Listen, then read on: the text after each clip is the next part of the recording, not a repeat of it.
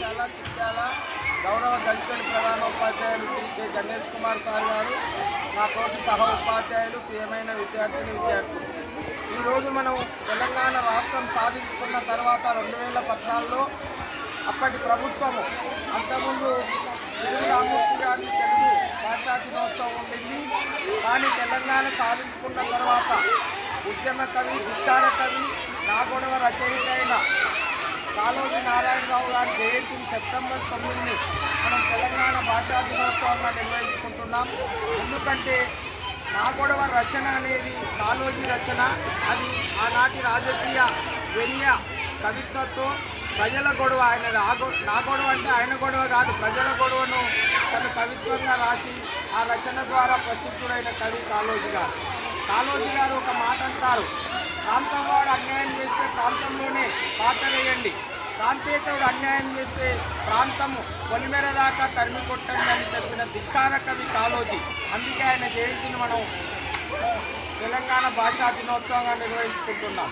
ఆయనకు భారత ప్రభుత్వం పద్మవిభూషణ్, అత్యంత గౌరవప్రదమైన రెండవ బిరుదు పద్మవిభూషణ్ బిరుదిచ్చి సత్కరించింది. తర్వాత ఆయన ఎమ్మెల్సీగా ఉన్నాడు. ఆ రోజుల్లో ఆయన సెప్టెంబర్ 9, 1914లో జన్మించాడు. అక్కడ వరంగల్ ఆ ప్రాంతంలో స్థిరపడ్డాడు. మన తెలంగాణ ప్రభుత్వం ఆయన పేరున వరంగల్లో కాళోజీ విశ్వవిద్యాలయం అని పేరు పెట్టడం జరిగింది. హన్మకొండలో కాళోజీ కళాక్షేత్రం కూడా పెట్టడం జరిగింది.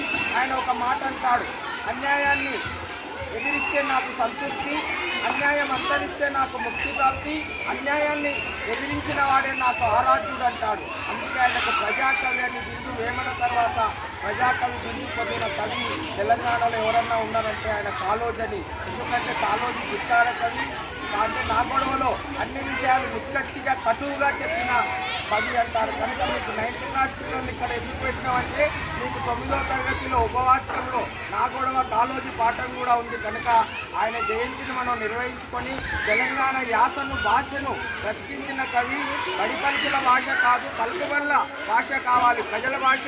మన భాషలో మనం మాట్లాడడం అవమానంగా ఉండొద్దు, మన భాషను, మన యాసను, భాషను బ్రతికించుకోవాలని చెప్పిన మహాకవి. దానివల్లనే మనకు తెలంగాణ గుర్తింపు వస్తుందని చెప్పినటువంటి కాళోజీ గారిని మనం నిత్యం స్మరించుకొని ఆయన చూసిన మార్గంలో నడవాలని ఆశిస్తూ ముగిస్తున్నాం.